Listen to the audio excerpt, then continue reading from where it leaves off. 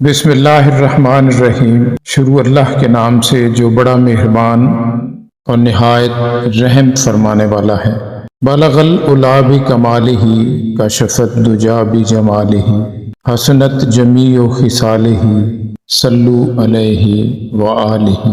حضرت واصف علی واصف صاحب فرماتے ہیں، ایسے لوگوں سے دور رہیں جو صرف مطلب کے لیے آپ سے بات کرتے ہیں۔ جیب بھری ہو تو دماغ سے خالی لوگوں کے الفاظ بھی قیمتی ہو جاتے ہیں۔ اگر چہرہ سیاہ ہو جائے تو کوئی اتنا بدصورت نہیں لگتا جتنا دل سیاہ ہو جائے تب لگتا ہے۔ ایک غلط شخص سے ملا دھوکہ 10 صحیح انسانوں پر اعتماد کرنے کی راہ میں رکاوٹ بن جاتا ہے۔ اچھے انسان کی تعریف کے لیے اتنا ہی کافی ہے کہ یہ کسی کو تکلیف نہیں دیتا۔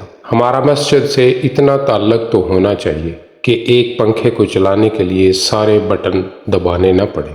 ایک غلط انتخاب آپ کے چہرے کی رونق چھین لیتا ہے۔ جو انسان اپنی قسمت پر خوش ہے در حقیقت وہی خوش قسمت ہے۔ میٹھے لوگوں سے مل کر میں نے جانا کڑوے لوگ اکثر سچے ہوتے ہیں۔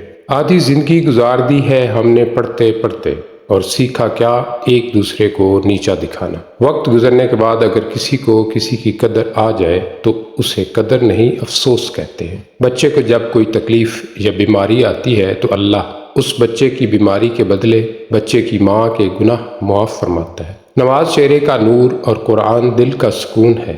وضو سے شکل، قرآن سے عقل اور نماز سے نسل پاک ہوتی ہے۔ بہترین زندگی گزارنے کے لیے آپ کے ساتھی کا تعلیم یافتہ ہونے سے زیادہ تربیت یافتہ ہونا ضروری ہے۔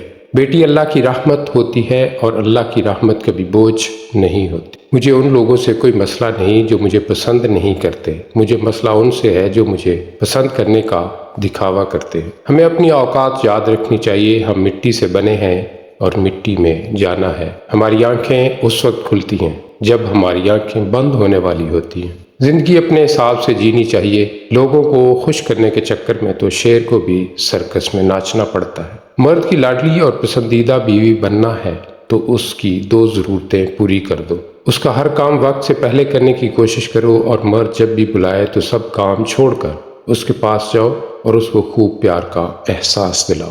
بات ہمیشہ تمیز سے اور اعتراض ہمیشہ دلیل سے کیا کرو۔ اگر بات کے لیے تمیز نہیں اور اعتراض کے لیے دلیل نہیں تو پھر خاموشی رہا کرو۔ اللہ ہمیں ان باتوں پر عمل کرنے کی توفیق عطا فرمائے۔ آمین ثم آمین۔